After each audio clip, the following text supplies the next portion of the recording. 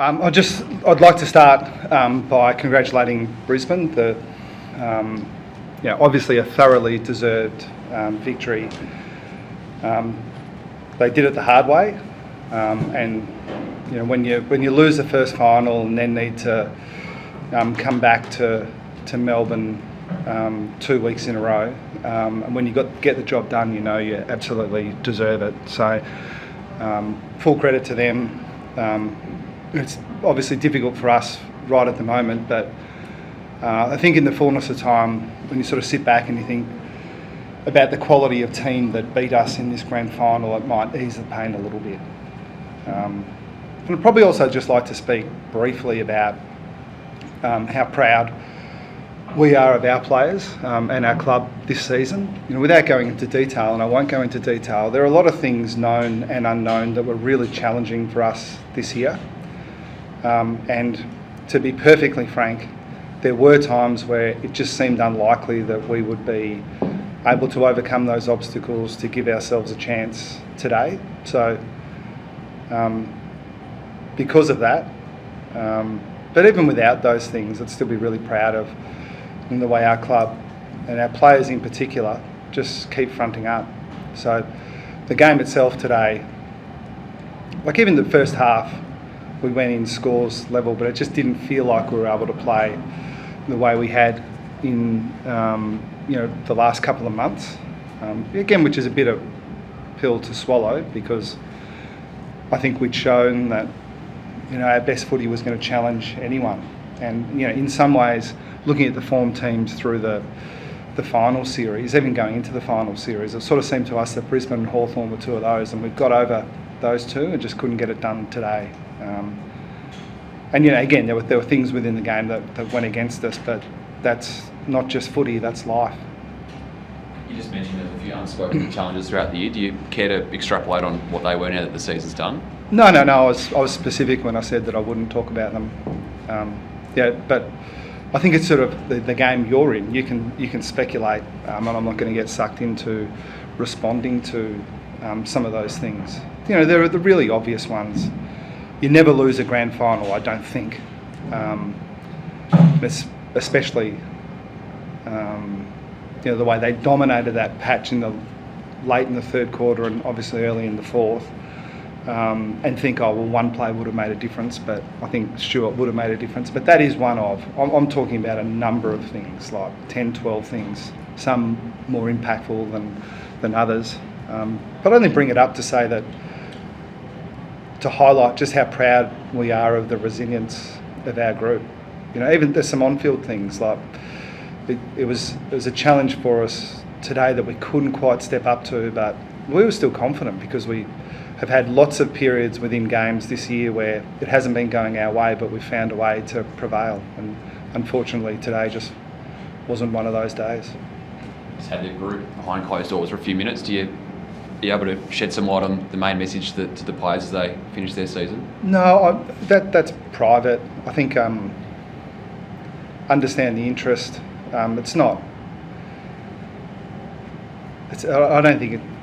I guess I rarely speak to the players post game, and generally, it's because I like to collect my thoughts and give a really informed position. But it's not that different to what I've already said here. We're all disappointed, but if I'm being brutally honest, it was just to give them a bit of time to themselves. One of those challenges, Chris, no doubt, was Jeremy Cameron's injury today.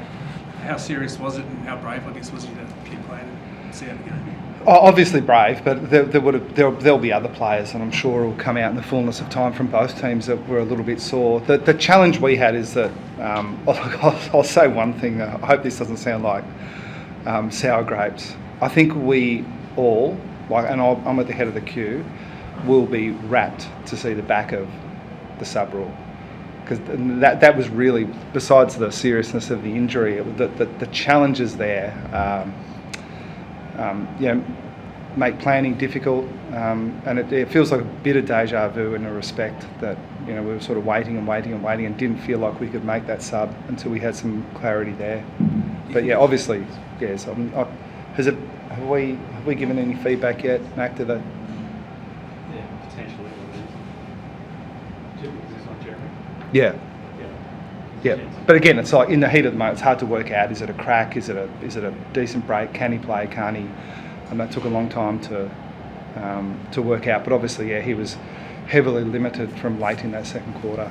So it could be fractured flora. Is that what It is, isn't it? Yeah. We don't know the full thing, but there's a big chance of Yeah. But again, to emphasise, it's one of those things where I don't think you have any choice but to submit yourself to your medical team and just give them the space to do what they need to do. The game was so tightly balanced late in the third quarter on the scoreboard. What do you feel changed in that period of time?